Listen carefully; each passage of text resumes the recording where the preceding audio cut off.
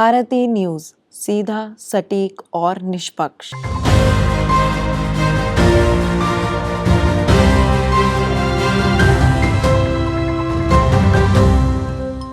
नमस्कार, मैं शालिनी उपाध्याय स्वागत करती हूँ आपका भारती न्यूज के इस खास कार्यक्रम स्वाभिमान में, जहाँ बात होती है उनकी जिनमें कोई बात होती है। और आज हमारे साथ जुड़ने वाले हैं एक ऐसे शख्स जो अपनी पूरी टीम के साथ सैकड़ों सड़क किनारे मजबूर, लाचार और घायल लोगों की मदद करके उनके खाने पीने का प्रबंध करते हैं। और सिर्फ यही नहीं, कोविड महामारी के दौरान भारत की राजधानी दिल्ली में जरूरतमंद लोगों के लिए एक फ्री ऑक्सीजन कैंप भी जारी करवाया था, जहां 7,000 से भी ज्यादा लोगों की दवाइयों का और उनके इलाज का इंतजाम किया और कुल 800 से ज्यादा लोगों के पोषण के लिए उनके खान पान का भी इंतजाम किया। आज के समय में ये शख्स हमारी युवा पीढ़ी के लिए एक बहुत बड़े मिसाल बन चुके हैं। तो आइए अब बात करते हैं निर्भव लाइफ सेवियर्स फाउंडेशन के फाउंडर और प्रेसिडेंट जसप्रीत सिंह से और जानते हैं उनकी कहानी उनकी जुबानी। सर, आप अपने बारे में और अपने ऑर्गेनाइजेशन के बारे में कुछ बताना चाहेंगे दर्शकों को? हाय, मेरा नाम जसप्रीत सिंह है।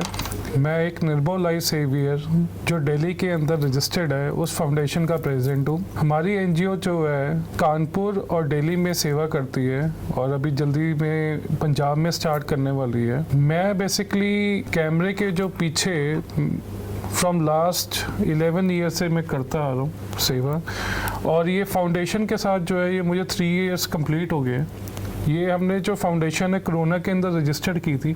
सर, आप जो ये समाज सेवा करते हैं, इतने सारे लोगों की मदद करते हैं, तो उसके लिए जो मोटिवेशन है वो आपको कहाँ से मिलती है और कैसे मिलती है?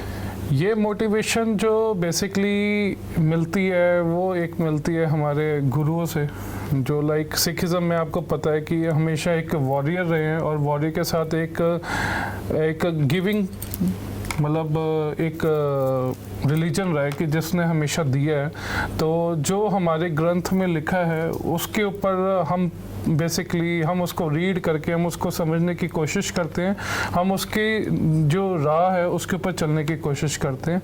तो ये मोटिवेशन आप जैसे आगे यूथ से भी मिलती है। ये मोटिवेशन मेरे फादर से मुझे मिली थी और ये मेरे फादर की डेथ होने के बाद ये जो बेसिकली आप जैसे यूथ ने मुझे काफ़ी ज़्यादा ग्रो अप किया कि अगर आप ये चीज़ कर सकते हैं तो आप प्लीज़ इसको कीजिए और हम आपके साथ हैं। सर, आप दिन भर में कई सारे लोगों से मिलते होंगे, कई लोगों की मदद करते हैं, तो उन लोगों की अपनी कई सारी खुद की कहानियां होती हैं, कुछ थोड़ी अच्छी, कुछ थोड़ी दुखद। तो ये सारी कहानी लगभग दिन भर सुनने के बाद आपकी क्या मेंटल स्टेट रहती है और आप उसको कैसे मैनेज करते हैं? जो ये क्वेश्चन बड़ा अच्छा है कि लाइक मेंटल स्टेट क्या रहती है। मेंटल स्टेट में ये होता है कि जैसे आज की जनरेशन में जो बच्चे हैं, जो बुजुर्ग हैं, वो पेरेंट्स हैं, वो अपने बच्चों को समझाते रह जाते हैं अपनी जनरेशन के बारे में कि बच्चों तुम ऐसे ना करो या ऐसे ना करो, क्योंकि आज की जनरेशन में जो बच्चों की जो नीड्स हैं और जो बच्चों की बेसिकली डिमांड्स है वो बढ़ चुकी हैं। बट एक सेवा करने के बाद ना ऐसा लगता है कि जो हमें मिला हुआ है ना वो बहुत बहुत ज़्यादा है। उसका हम जितना शुक्र कर सके, जितना थैंकफुल हो सके अपने भगवान का, अपने गॉड का, तो वो उतना कम है। क्यों? क्योंकि जब हम सेवा करने के लिए रोड पे जाते हैं, कई लोगों ने 3 मंथ से उन्होंने बाथ नहीं लिया होता, उन्होंने कपड़े चेंज नहीं किए होते।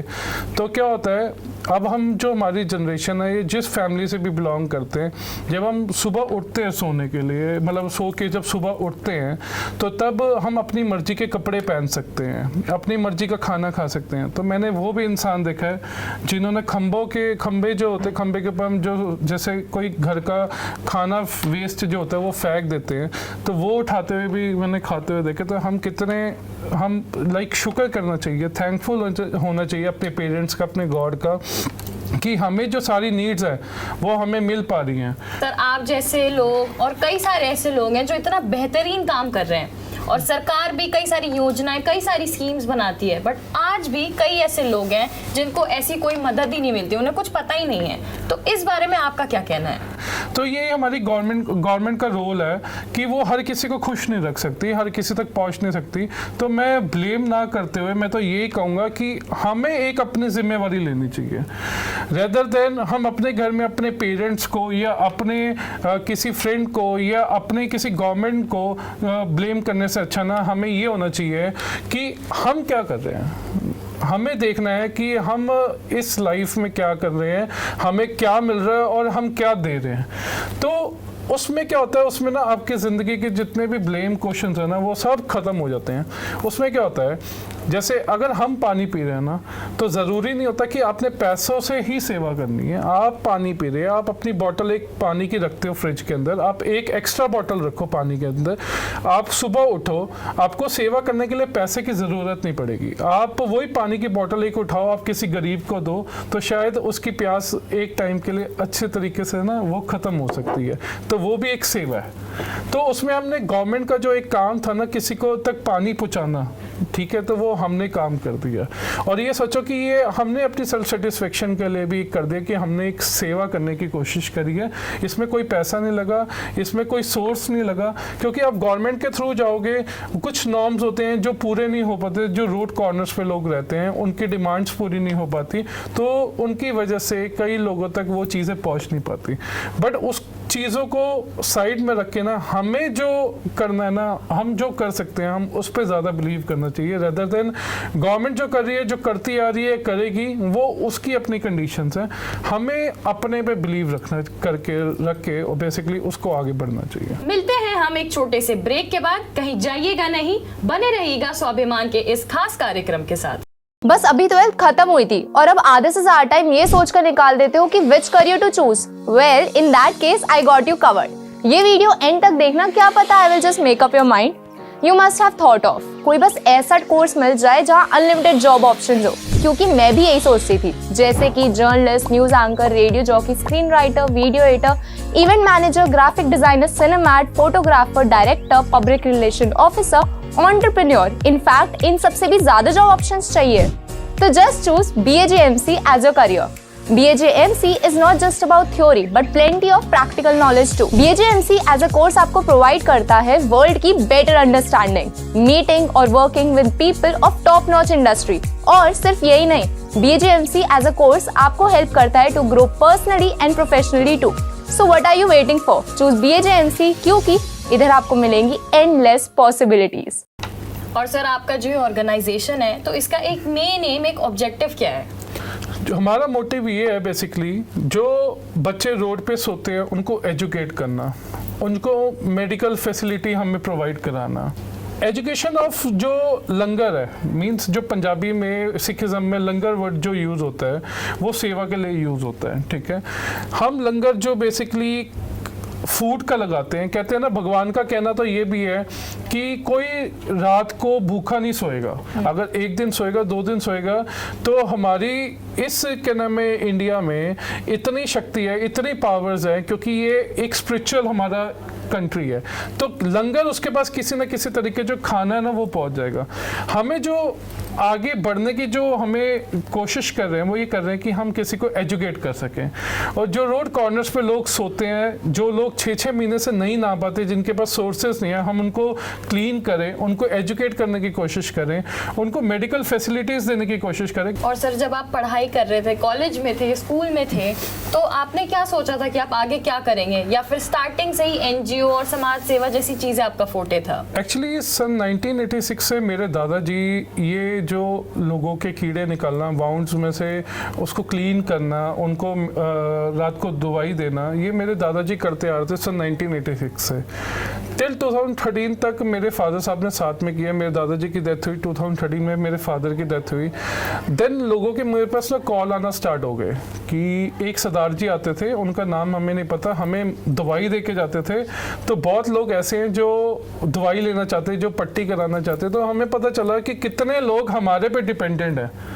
मैं ये बात करूं कि मैं लोगों की बात ना करूं, एक इंसान भी अगर हमारे पे एक डिपेंडेंट है तो सोचो कि उसको एक आस होगी। जैसे आपके फादर है, आपकी मदर है, आप घर जाते हो, आपको एक उनसे एक आस होती है, आपको एक होती है कि मेरे फादर मेरी ये नीड पूरी कर सकते हैं, मेरे मदर ये नीड पूरी करेंगे, मुझे बिना बोले ये चीज़ मिल जाएगी। तो सोचो एक बंदा दवाई लेने के लिए हमारा वेट कर रहा है, जिसको ये ही नहीं पता हम रहते कहाँ हैं, हम क्या करते क्या नहीं करते, बस उसको ये वेट है कि एक सरदार जी आते थे दवाई ले। तो मुझे पता चला कि ये एक काम के साथ साथ में ना एक बंदे की रिस्पॉन्सिबिलिटी लेनी बहुत ज़रूरी है। जो मेरे पेरेंट्स ने इतने सारे लोगों की रिस्पॉन्सिबिलिटी अगर ले रखी थी, तो वो रिस्पॉन्सिबिलिटी को मुझे आगे पूरी करना मेरा एक फ़र्ज़ है। शायद ज़िंदगी में हम अपने फादर मदर की सारी बातों पे ना उतर पाए, ये तो एक ऐसी चीज़ है कि आप अपने हाथों से आप ये चीज़ पूरी कर सकते हो। और सर आज के टाइम पे जैसे कि लोग कई सारी चीजें फॉर ग्रांटेड ले लेते हैं, मतलब जो उनके पास चीजें रहती है उससे उनके संतोष नहीं होता है, तो ऐसे लोगों के लिए आप क्या कहना चाहेंगे? मैंने आपको पहले भी बताया कि देखो, जब हम घर में हम अपने फादर मदर से या अपने आप से डिमांड करते हैं ना, तो हमें ना एक बार ना घर के नीचे जाके हमें रोड पे जाके देखना चाहिए। जिस बच्चे के मुंह पे मिट्टी लगी है तो वो कितने दिन हो गया होगा उसने बाथ नहीं लिया, उसका एक बाथ लेना भी एक बहुत बड़ी चीज़ है। हमने खाना खाया, हमने बर्गर आधा फेंक दिया, हमें अच्छा नहीं लगा, स्पाइसी लगा, तो वो बच्चे ने बर्गर उठा के खा लिया या बुजुर्ग ने उठा के खा लिया, किसी गरीब ने उठा के खा लिया। तो ये सोचो कि उस खाने में कितना ज़्यादा उसके लिए मतलब महत्व रखता है कि वो उस चीज़ को उठा के खा रहा है और हम उस चीज़ को फेंक रहे हैं। तो हमें एक ना बहुत छोटे से इनिशिएट लेके ना हमें एक ज़रूरतमंद की जो है एक ज़रूरत पूरी करना जो है ना, वो हमें शायद स्टार्ट करना चाहिए, इनिशिएट करना चाहिए।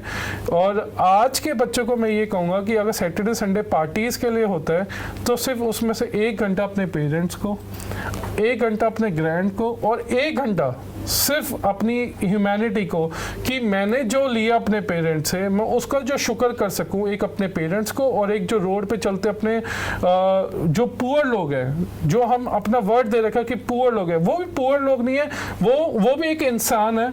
जैसे हमने जन्म लिया उन्होंने भी जन्म लिया, बट ठीक है, सबके अपने अपने कर्म है। तो जिसने अपने कर्म सुधारने हैं तो ये सोचो कि अच्छा काम करके वो चीज़ को सुधार सकता है। थैंक यू मिस्टर जसप्रीत अपने कीमती समय के लिए और हमारे दर्शकों को मोटिवेट करने के लिए। और इसी के साथ अब मैं लेती हूँ आपसे विदा और जल्द ही मुलाकात होगी एक नए एपिसोड के साथ।